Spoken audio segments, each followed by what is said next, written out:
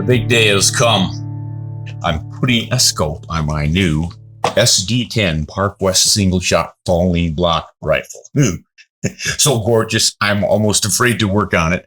But this is a working rifle. I'm not a safe queen kind of guy. So I am trying to decide between two scope options. With a light, trim little rifle like this, I want a light, trim scope to match. So I'm thinking of this Z3 3-9x36. It's a Swarovski I've used many a time. But I kind of like the idea of having a little more reach and power and going with this 1-inch tube version, the Z3 series that goes from 3 to 10, has a 42mm objective. I don't really think I need it in a 757, but I'm tempted. So how much is the size difference here? Looks like maybe an inch longer and a couple ounces heavier. Not much difference there. Either way, let's get started. Looks like the finished product right there. What do you think? I think it's time to go out and put some bullets down a barrel. Just afraid to shoot it. Let's go do it anyway. What we have here is some traditional ammunition. Remington core lock, 140 grain, and the Federal soft point. They call it the Power Shock jacketed soft point. These were the traditional bullets types for the 757 in this country for a long time. Great bullet for deer. I'm going to want something more substantial. I want to take this to Africa, but we're going to break it in with the classics. Now watch this complicated system for loading this rifle. I love it. So we drop the falling block. You lay the round in there and slides right in. Bingo. There's your safety. Just that complicated. What we have here is some traditional ammunition. Remington core lock, 140 grain, and the Federal soft point. They call it the Power Shock jacketed soft point. These were the traditional bullets types for the 757 in this country for a long time. Great bullet for deer. I'm going to want something more substantial. I want to take this to Africa, but we're going to break it in with the classics. Now watch this complicated system for loading this rifle. I love it. So we drop the falling block. You lay the round in there and slides right in. Bingo. There's your safety. Just that complicated. I got a bore sighter. I'm lining it up at a 50-yard target, and it looks way low and way left. Let's take care of our windage first.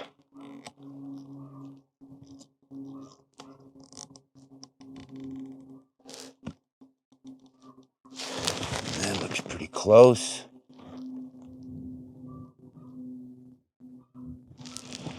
And now let's take care of our elevation. Bring it up.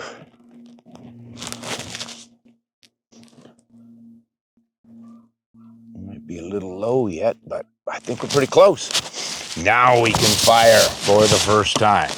Make sure the cameras are on this one. First time firing the SD-10 757.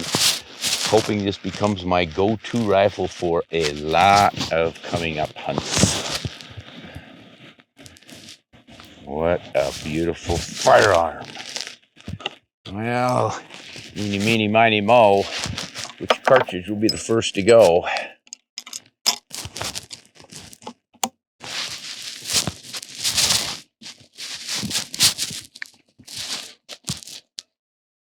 All right, here's one for the grandkids. Grandpa firing for the first time.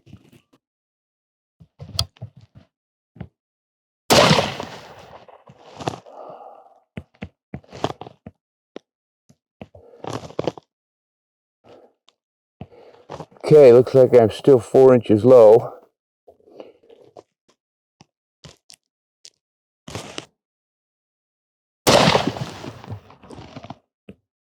That's better. Still high.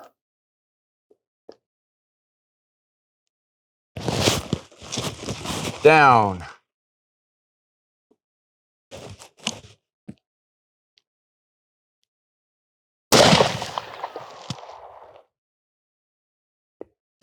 About where I want to be for hunting. I think we're pretty well zeroed now. Broken that barrel in a bit. Hope things settle down. We're going to try to shoot a group. Should be about 2.5 inches high here.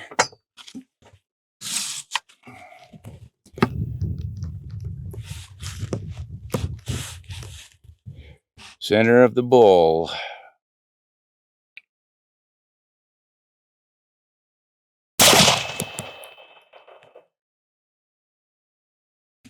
Quite high.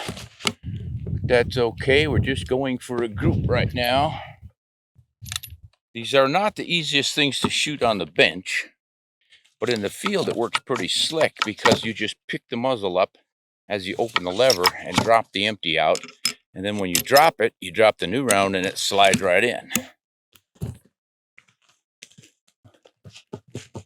And they say some trained shooters with these can reload faster, get off 7 shots sooner than someone with a bolt action repeater for 7. Pulled that one a little bit to the left and it shows out there. I think that's my hole.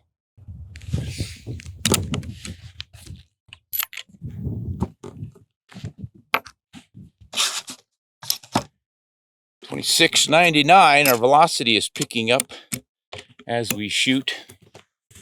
Our averages come up a good 50 feet per second.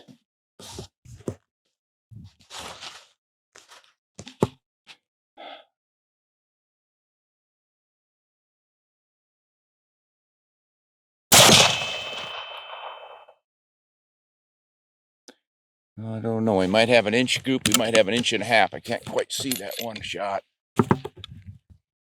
Well, check it out. Let this thing cool down. And pretty soon we'll have 20 pieces of empty brass. All right. Well, the last group I shot with this federal ammunition, 140 grain soft point, was just under an inch. I didn't have the turned tape going on it, so you'll see the holes out there on the paper when I shoot this next group. I want to try the Remington ammunition now, and let's see what we've got here. 140 grain core lock, pointed soft point, so a real similar bullet, not as much exposed lead as these Federals have. But we're going to get those going, and before I do it, I'm going to remember to turn the camera on so we can see that target get hit. I'm going to aim for the bottom of the biggest circle where it meets the black line.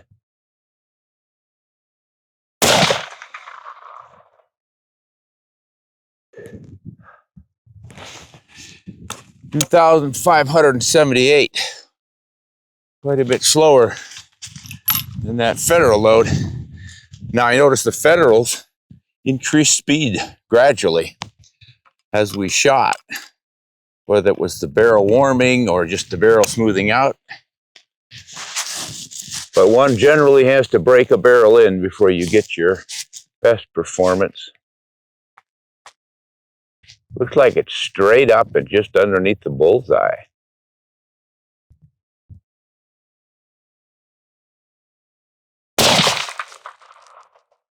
And that was just off the bullseye, about an inch to the left.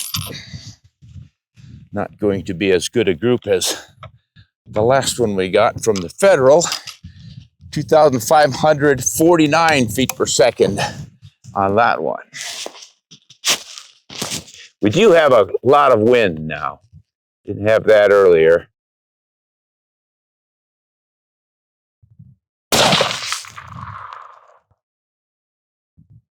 And that's right beside the last one. I may have misread that other hole. Can't quite tell. Might be flies out there confusing the issue.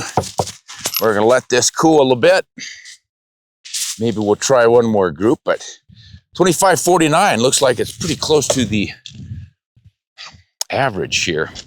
Well, I didn't see that first shot. That was quite a bit to the left. That was the first one, though, and since it's a new ammo in a fouled barrel, give it the benefit of the doubt. I shoot another group because those last two were right there together. Quite a bit slower ammo, though. About 25-50 was your average. Now, I am going to aim at the lower red dot in the right corner, bottom right corner.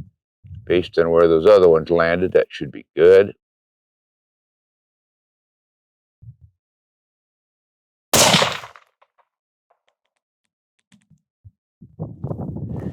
Not sure I see that one either.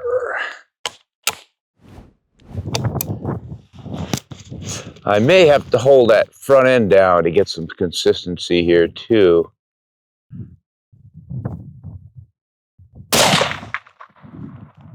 Looks like I'm quite a bit high, and we're about 1.5 to 2 inches apart.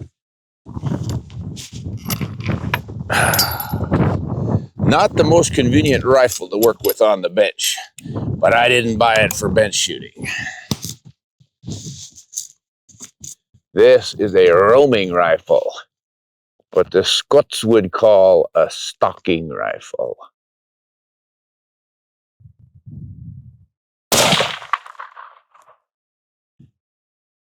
Yeah, those two are pretty close together. But they're 2 inches left. 1, 2, 3, 4 or so high. But we do have a lot of wind. Give them the benefit of the doubt here. This wind is gusting up to 20. Not what I would call good conditions. But I want to try one more 3-shot group with this Remington ammunition. You're holding the forend down, see if that makes a big difference. But while we're waiting for the barrel to cool, I just want to comment on how happy I am with this rifle. I mean, that 3-shot group with the federal ammo here that went in under 1 inch. Boy, for a single shot rifle like that, you know, you don't have the advantage of adjustable triggers and free floating barrels and that stuff with a single shot. Everything's tight. But wow, that is just great performance. And as I said, this is a stalking rifle, or a roaming rifle, I like to call it, for still hunting, for hiking, glassing, stalking, and getting close. I think I'm going to be able to get my velocities up close to 2,900 feet per second, perhaps, with 140, 150 grain bullet. But I want to try, I want to try some North Fork heavy bullets for some of the bigger animals like eland and kudu in Africa. I'll probably try some all copper bullets because I love to hunt with those. It's a work in progress, but so far, just a few rounds that I've shot through it, I'm just loving everything about it. Obviously, I love the look of it as soon as I laid eyes on it, but now I'm starting to fall in love with the feel. And another thing I didn't record this morning, I just thought, hey, I want to try an offhand shot. Betsy wanted to shoot it, and I had her shoot the 200-yard gong. I think it's an 8 or a 10-inch plate. I think it's 10.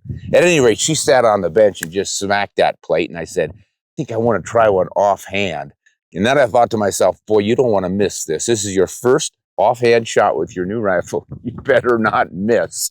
And it was a little bit windy. I was rocking around. I kind of cheated and leaned against this tabletop.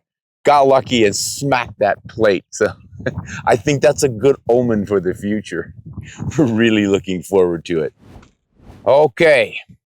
We are going to shoot, try for our best group now with this Remington ammo.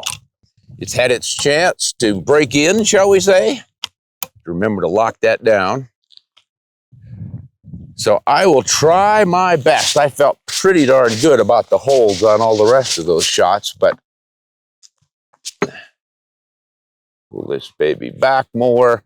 They sometimes shoot better with it further back on that stock too. Now I'm going to be, here we go, on the lower left red dot. That might shoot off the paper given how far left I was, so I'd better dial right 1 inch, maybe even 2. right. There we go. Gave it 2 MOA to the right. That should keep us nicely on paper. Oh yeah, this is a good, comfortable hold right here.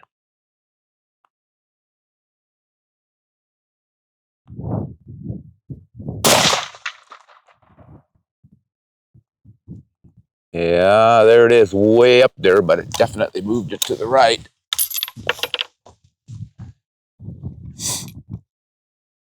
Two more. I think that tighter hold made it shoot higher.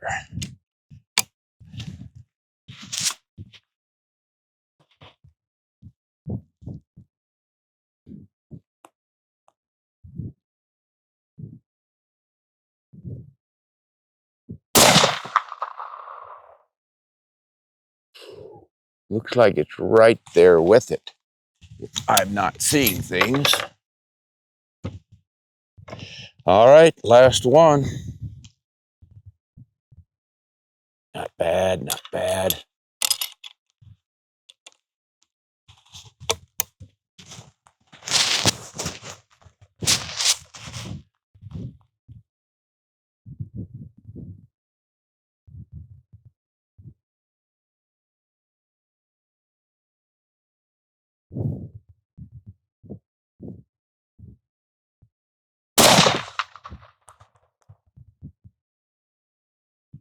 Might have an inch scoop. We will go out and see and let this beautiful rifle cool. I am excited all the way around with this little outfit. And we are just beginning. Let's run some numbers here. 26:45, we're picking up speed.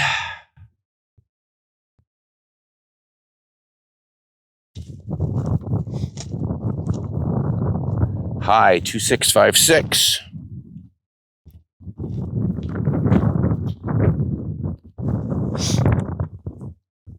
$2,544 for the low. Average velocity 2603. Yep, picked up about 50 feet per second already. Much like that federal ammo this morning. 112 extreme spread. That's a little bit high, but we'll see what the group looks like. Are you rolling? All right, here was our federal group. This morning, here's one I just shot when I was aiming down here, so it's shooting quite a bit left. And then I went for this. This is the precious group right there. That's getting pretty close to an inch, a little bit more though.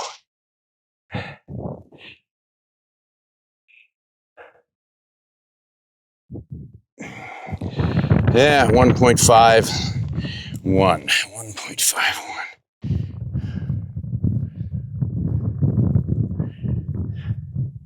All right. Yeah, showing a lot of promise here, guys. Everything's within about an inch and a half. A little bit wild here yet. Getting clear out to 2 there. Almost 2 there. 1.8. But that federal load tells us we've got a lot of potential with this rifle. We start developing hand loads, I'll bet you we can keep it at MOA or better. Plenty good. Pretty sweet rifle. Well, since I'm going to be taking that beautiful walnut stocked SD-10 rifle to Africa, I thought I would accompany it with this knife from Diamond Blade Knives. This is the Heritage with a desert ironwood handle, some beautiful bolsters, full tang, and it's got a finger guard, which they used to call the quillon or quillon or quillon. Must be a French term, Quillon, but that referred to these protection bars on swords and then knives. And I kind of like that idea for not slipping off. So I'm going to take that over there. Now, the Africans had their job. A skinner's job, obviously, is to skin the game, and they don't like you horning in on their job and taking it away from them. But I usually get them to agree to let me do a little bit of skinning just so I can have part of the action for me, a big part of the hunt is skinning and cutting up meat and all the rest of it. So that's what I want to use this knife for. Now, I've got it in a leather sheath, which I think goes right along with that SD-10 rifle. All traditional, walnut and blued, wooden handled knife, nice leather sheath, but it has the advantage of a Kydex interior liner that doesn't get cut. So often when you have a really sharp knife and you shove it into a leather sheath, you end up slicing the sheath open. Don't have that issue here. So this is the knife that'll be going to Africa. Diamond blade knives, and if you're interested in one of these beauties, they keep an edge 10 times longer than the next best steel that was tested. You can get 10% off on your first order. Just mention RSO10 and you'll get your 10% discount on diamond blade knives. Going to see if I can get myself some brass off some field training here. Whoo, boy. Going for about 200-yard shot here.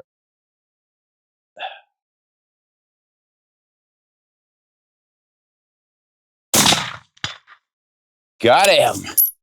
See how quickly that unloads? And then you just drop the next round in. You're ready to shoot again. Sweet.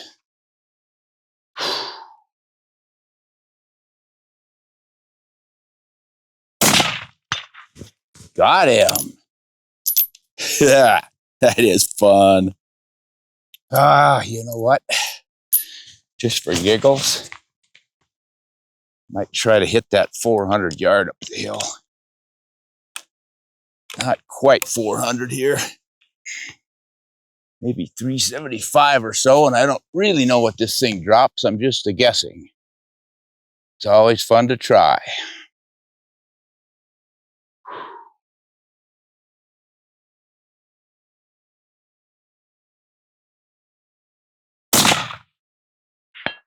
Got him.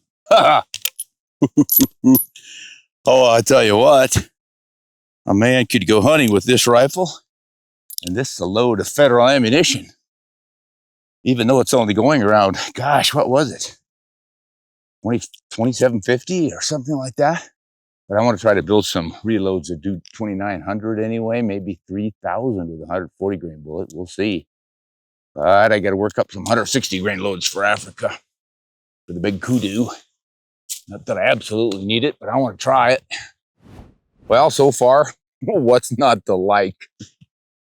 Still working up some brass here, shooting the factory loads and having great success with them. I've shot a couple of just under an inch groups with this, and it was the federal ammunition that was doing the best.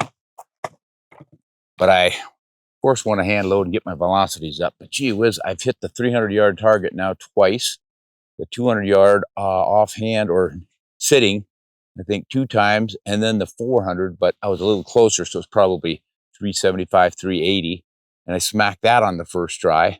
And that's not even knowing the trajectory tables all that well. I'm just sort of guessing with some holdover. But that target up there in the hill at 400 is, I think, a 16-inch plate, so I've got a little leeway there.